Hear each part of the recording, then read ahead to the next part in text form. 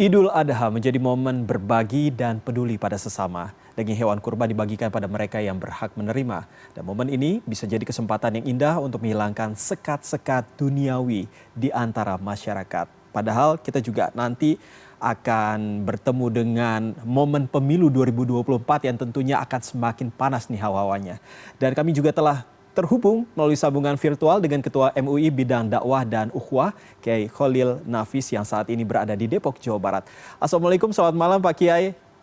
Waalaikumsalam warahmatullahi wabarakatuh, Mas Iqbal dan pendengar dimanapun berada. Baik Pak Kiai, ini kan perayaan Idul Adha ini kan terus dirayakan setiap tahun. Kita juga selalu diingatkan akan pengorbanan dan juga keikhlasan Nabi Ibrahim kepada anak tercintanya Nabi Ismail. Dan ini terus-terusan hampir tiap tahun kita mendengar informasi soal ini dan juga apa yang disampaikan oleh khotib begitu ya kalau misalnya sedang mendengarkan ceramah.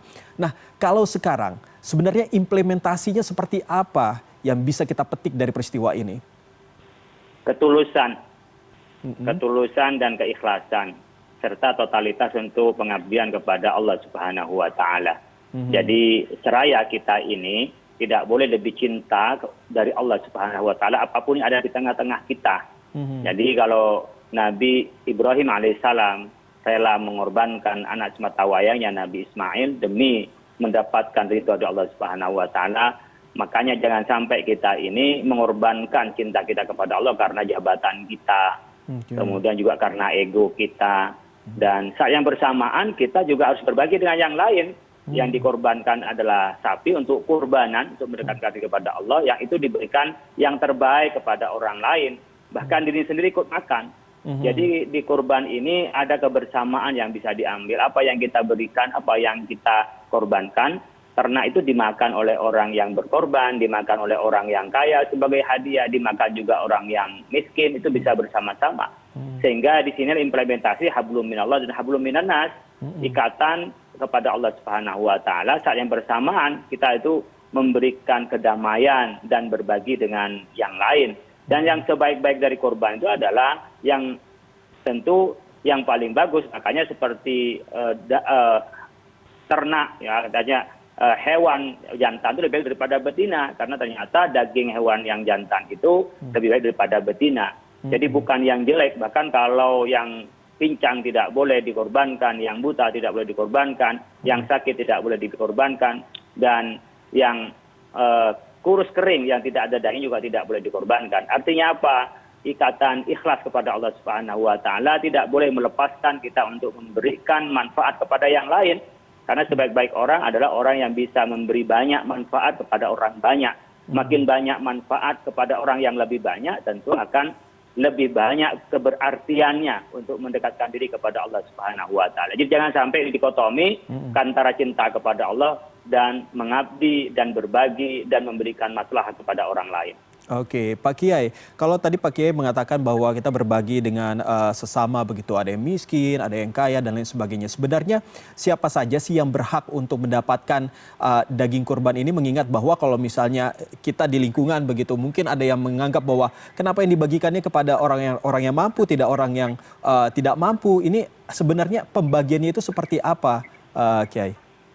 Memang hewan korban tidak untuk orang fakir miskin saja. Jadi yang berkorban itu disunahkan makan dari sebagian korbannya, kemudian sebagian itu dibagi untuk hadiah kepada orang lain, baik itu mampu maupun tidak mampu, bahkan kepada orang kaya pun boleh diberikan hewan kurban, kemudian diberikan kepada orang yang membutuhkan, apakah orang yang di rumah dengan menahan diri untuk meminta, untuk memberitahu ketika untuk menginginkan daging itu, maupun orang yang minta-minta yang memang datang mencari daging. Jadi kalau diklasifikasi jadi 3, satu bagian untuk orang yang kurban, satu bagian untuk hadiah orang-orang tertentu, kemudian satu bagian bagi orang yang membutuhkan, artinya orang fakir miskin lah ya.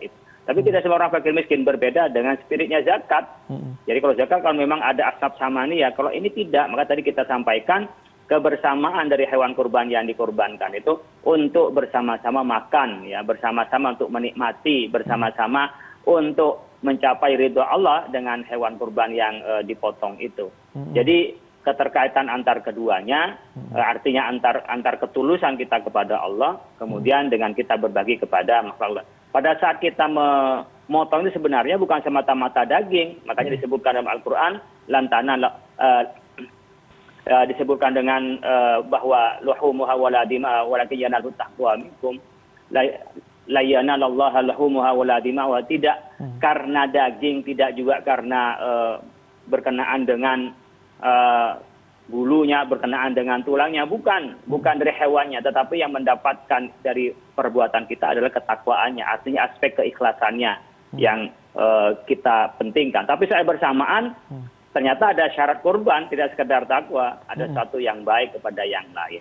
Dan totalitas inilah sebenarnya pengingat-pengingat kita untuk terus bahwa hidup ini tidak hanya karena di dunia, tapi juga di akhirat. Maka amal kita di dunia akan dipetik di akhirat. Apa yang kita tanam di dunia juga nanti akan dipetik di dunia dan juga di akhirat. Oke, Pak Kiai, berbicara soal kita dalam merayakan Idul Adha seperti ini, mungkin bagi sebagian orang ada yang menganggap bahwa ini hanyalah sebagai perayaan semata yang dilakukan setahun sekali begitu. Tapi kalau dari Pak Kiai sendiri sebenarnya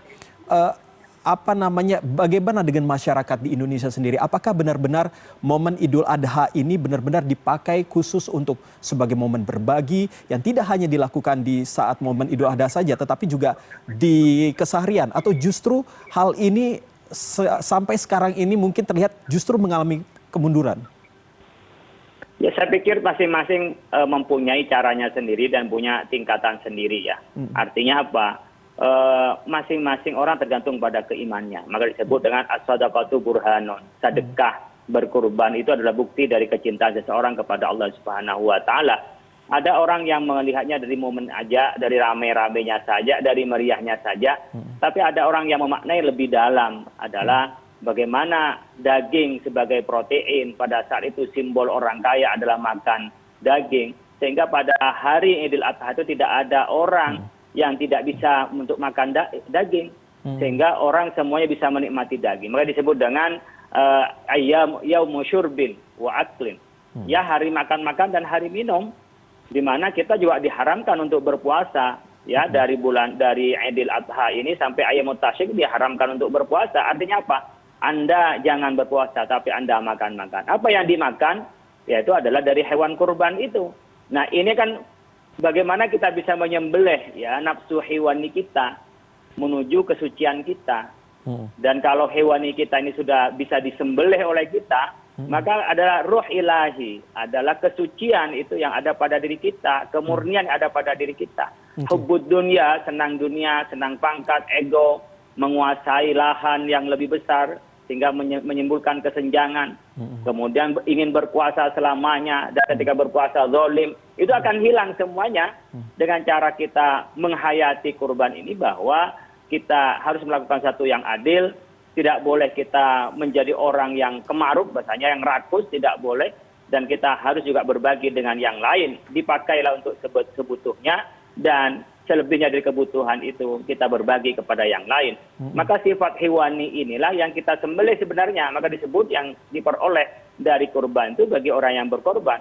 Bukan soal dagingnya yang distribusikan, tapi ketakwaan kepada Allah Subhanahu wa taala.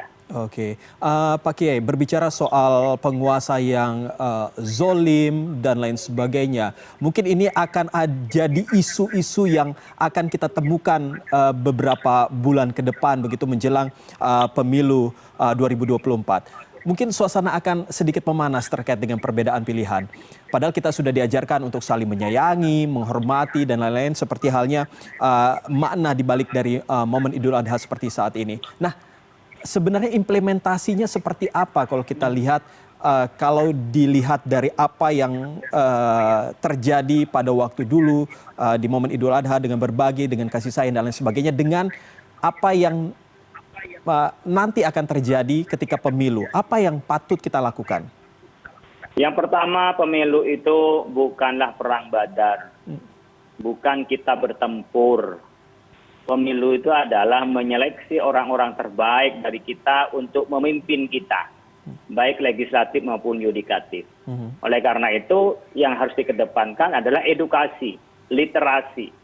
Jangan sampai ada penghasutan. Makanya seperti politik identitas itu tak boleh, dalam arti kita karena dengan identitas tertentu kemudian memukul identitas yang lain. Tapi kita identitas politik itu wajib.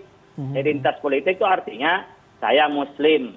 Kalau saya maju sebagai DPR atau presiden atau wapres, saya akan memperjuangkan kepentingan umat Islam. Bukan berarti kita ingin mendolimi kepada non-Muslim, bukan. Gitu. Yang tidak boleh adalah identitas itu dipakai untuk memukul orang lain. Saya ini Muslim, kalau Anda nggak milih saya berarti Anda nggak Muslim. Nah, itu politik identitas namanya. Gampangnya begitu, karena banyak orang salah paham, dianggap sama antara politik identitas dan identitas politik. Nah, selama kita membawa identitas politik untuk kesejahteraan umat, saya pikir sah-sah saja.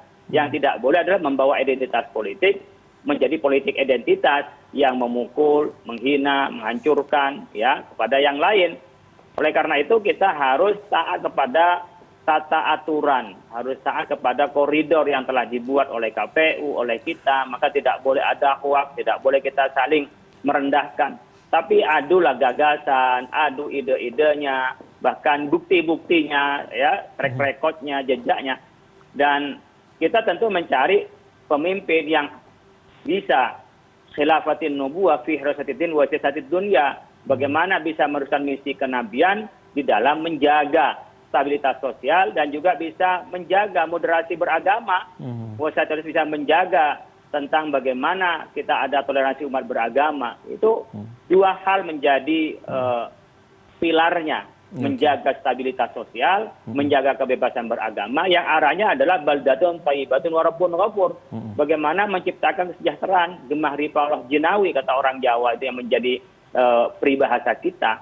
Kita memilih, bukan kita berperang. Oleh karena itu yang saling mendukung itu, mari sampaikan apa yang menarik, apa yang akan lakukan dengan perbaikan, penyempurnaan dari pemimpin-pemimpin sebelumnya, tanpa kita juga merendahkan. Karena bagaimanapun calon-calon yang sekarang mengemuka di tengah-tengah kita, saya yakin adalah kader-kader baik putra bangsa. Karena nggak mungkin sampai mencalonkan presiden wapres, itu kalau bukan orang-orang berkualitas. Kan seleksinya dari mulai partai, sampai bagaimana uji publik, sehingga dia dicalonkan. Jadi siapapun yang dicalon adalah putra-putra terbaik bangsa kita, tinggal kita memilih mana yang lebih diyakini akan memberikan kebaikan dan memberikan kesejahteraan kepada bangsa dan negara. Kita nggak usah terulang kembali ya, 1, 2, tidak usah terulang kembali namanya cebong sama kampret, jangan terulang kembali kayak gitu ya.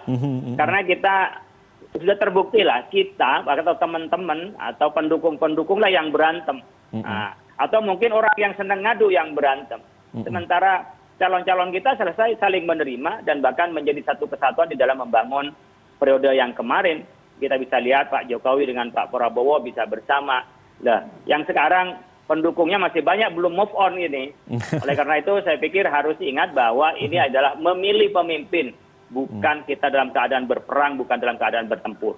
Oke, baik. Semoga ya momen Idul Adha ini menjadi momentum untuk peduli terhadap sesama, saling menyayangi, menghormati, dan juga mencintai. Terima kasih Ketua MUI Bidang Dakwah dan Ukhuwah Kiai Khalil Nafis sudah berbincang dengan kami di malam hari ini.